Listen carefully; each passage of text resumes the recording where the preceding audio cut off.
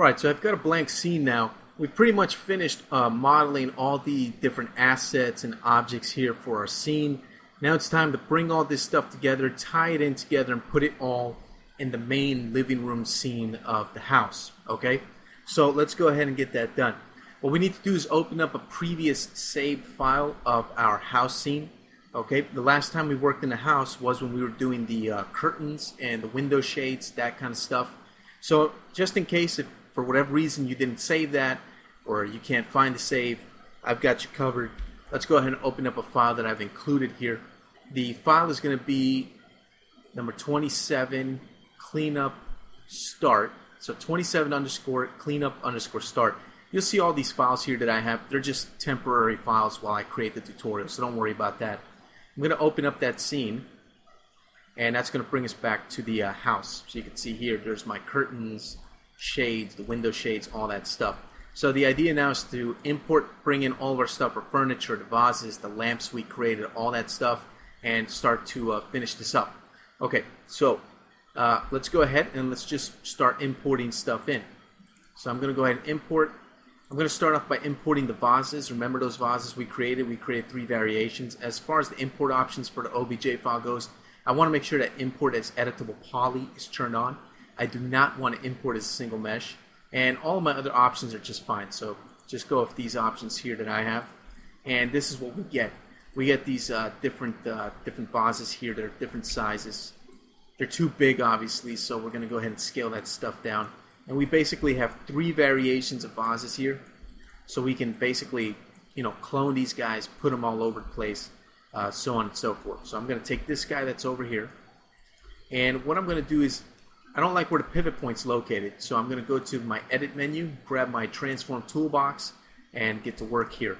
I'm going to place the pivot point in the center, and then I'm going to place it at the minimum in the z-axis, so it basically places it at the bottom right there, which makes things a lot easier for me. I'm also going to go to my grid and snap settings, make sure I turn vertex and grid points off. The only snap I want to have on is for face, and you'll see why right now. If I take this and I snap it, I can snap it to the top face right there of the table. Okay, so I can place this at the center here of our table. Obviously I'm going to scale it down so we can have something like this, just something more interesting to have here on the table. Okay. And then what I could do is I could turn on NURBS toggle, and we end up with a problem. The object turns black, and if I render this out, it looks black in the render. If I turn NURBS toggle off, this is what we have. If I go ahead and drop a Turbosmooth modifier on top of this, and let me go to subdivision surfaces, Turbosmooth, render this out, you notice that something looks horribly wrong. Okay. Something went totally wrong. Now, I'll be honest with you, I don't know what in the world is wrong with this thing. What I do know is that sometimes when you're importing and exporting objects from scenes, whether you're using the same program, in this case 3ds Max, or you're importing from Maya to Max, or Max to Softimage, or Modo to something else, or back and forth, sometimes you will run into situations like this, where a bug hits, and you've got a problem, and you've got to solve it. So I'm not going to sit here and try to figure out the intricacies of how this is working, what's going on technically and all this stuff. I don't have time for that. So I'm going to try to solve this just by using some creative outside the box thinking here. And basically my reasoning here for this is that something happened when it got brought in as an OBJ. Something went wrong when it either exported from my previous scene or imported into this scene. So assuming that the OBJ import is what messed up the geometry, let me just try this. Let me just try to create a clone of this and see if the clone exhibits the same problem, and it does.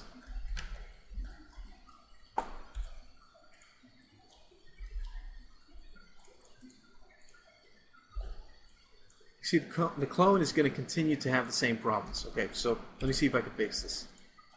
I really don't want to have to go into the other scene and try to re-export this as a container or something else. So let me go and select all the polygons here. Let me go down, hit Auto Smooth. It looks like nothing happened. So let me hold down Shift and clone this out. and make it a new object. And would you look at that? Well, that's pretty interesting. At first glance, they look the same, but if you look at this carefully, you'll notice that this one has normals that are completely different. You notice that the normals are soft, and this one has hard normals. It looks all faceted. Well, let me take the new object here and turn on NURBS toggle, and voila, there you go. Problem is solved. So, it looks like the problem had to do with the geometry. As soon as I create a new geometry, but not by cloning the whole object, I had to basically take the individual polygons and clone those out, and that solved the problem. Why? I have no idea. But sometimes when you're working with computers, things like this happen, and and you just got to find ways around it. So what I'm going to do is I'm going to take the pivot point here, place it at the center, then I'm going to take it to the minimum in the Z, and there we go. Our vase is fixed. Chances are the other vases that I imported also have the same problem, but at least now I know how to fix it and get around that. Okay, all right. So there's that vase. What I'm going to do is take this guy here, and I know that this one's probably going to have the same problem, and what do you know? It does. Big surprise. So what I'm going to do is I'm going to go to element mode, select the whole thing, hold down shift, pull it out, make it a new object, take the original and delete it since it basically is broken and doesn't work, and this one does work. Look at that. Awesome. So just goes to show you sometimes you run into problems, and part of being a professional 3D artist is finding ways to solve those problems.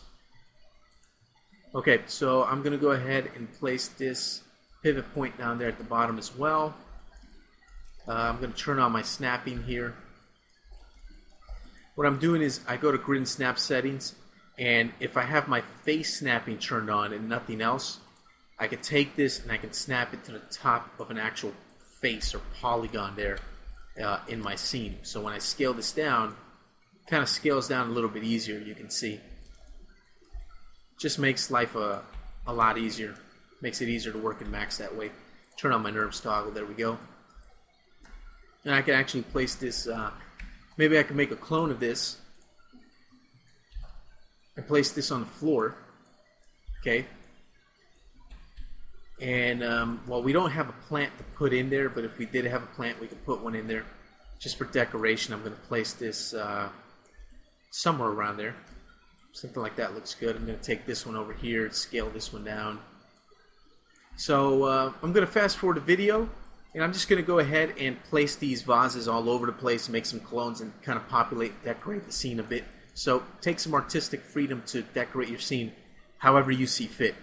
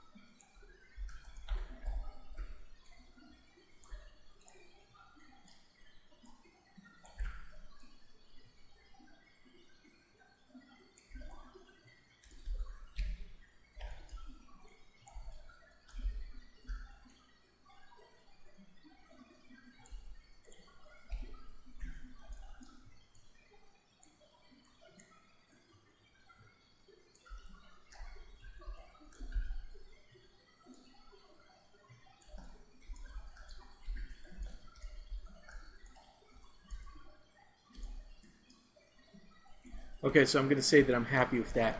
Now, next thing I'm going to do is I'm going to import the lamps that we created. Remember the floor lamp, the table lamp, and also the hanging lamp from the ceiling. Let's go ahead and import that stuff in. Now, that stuff is containers, so it's going to be a lot easier to import in. So what I'll do is I'll go up to my tools, containers, go to inherit container. I'm going to get my ceiling lamp. Here it is.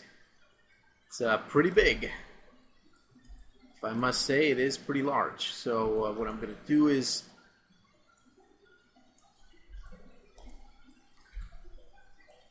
need to take the whole thing and scale it down. And this has to go above the ceiling, above the dining room area. So I'll go to the top view, go to wireframe mode, just make it easier to see this. And it's going to end up kind of conflicting there with the balcony on the top right there. Well, we'll see what happens. Okay, so let me take this and bring it down. It's going to go down like this to about maybe right here, so it's kind of just above this dining area. And probably a smarter thing to do would be to move all of the dining area stuff and just move it back toward here a little bit more. So that's probably what I'm going to do. I'm going to take chairs here, table, these vases. I'm going to move all this stuff back like this. So the dining area is going to be right here. Kind of a little tight space, but hey, that's what comes with the house. So, all right. So I'll go back to the top view again because it's much easier. And I'll try to place this something. Try to eyeball it, place it sort of in the middle, just above the table. Okay. Go back to perspective view. So the height of this really is up to you. I'm going to put it to about maybe right here. Looks kind of cool. Now the chains, you could see, don't reach all the way up. And also, another thing here about the container, it's closed right now, which doesn't allow me to select the links right here in the chain. So what I'll do is I'll select the container, and I'll click on Edit in Place. That'll pop it open. And that'll allow me to go ahead and go to wireframe mode here. I'm going to select some of these link chains up here. Okay. Take that one, and maybe this one. Maybe I'll take this one as well. What I'm going to do is I'm just going to go ahead and clone this.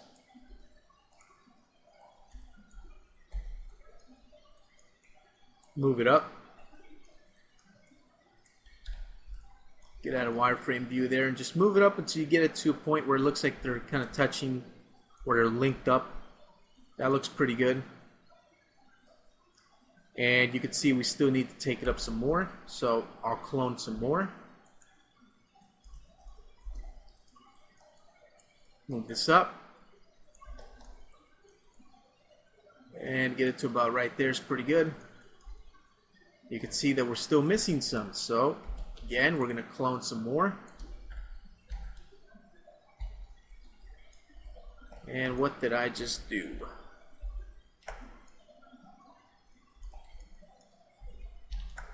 Okay. Let's see what I'm going to clone here. Probably going to clone all of this right here. Okay, let me clone this.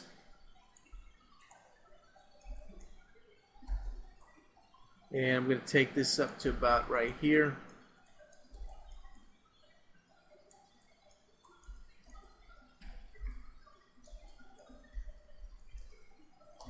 And that's pretty good. Okay, we need to get rid of the ones on the top up here. So I'll get rid of those two, this one, and I'll leave that one right there.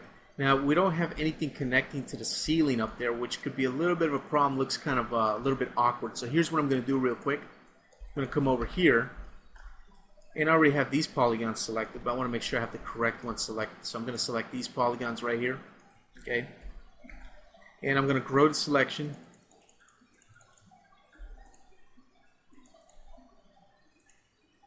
Shrink it down.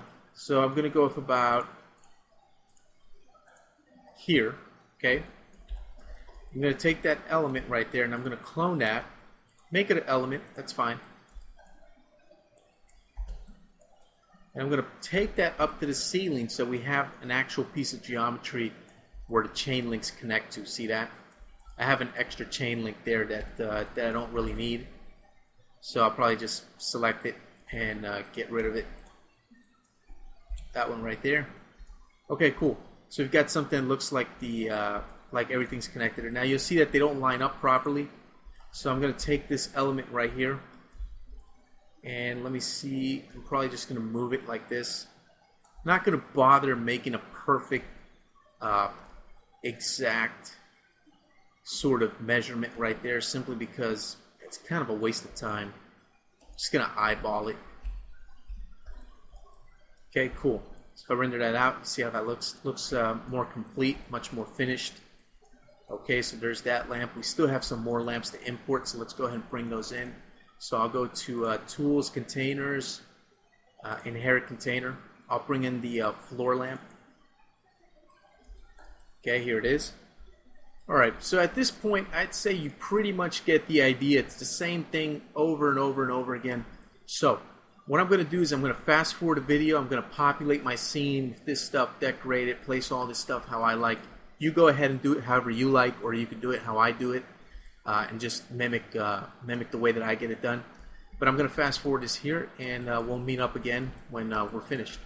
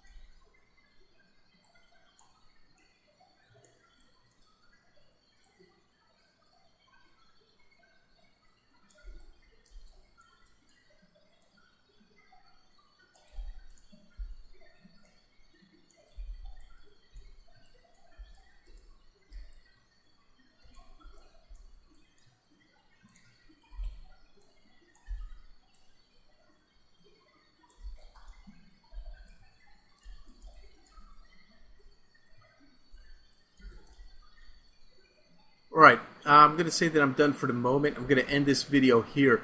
And in the next one, we're going to import and place the sofa, love seat, and the rug. And we're just going to go ahead and tie this together and finish it up.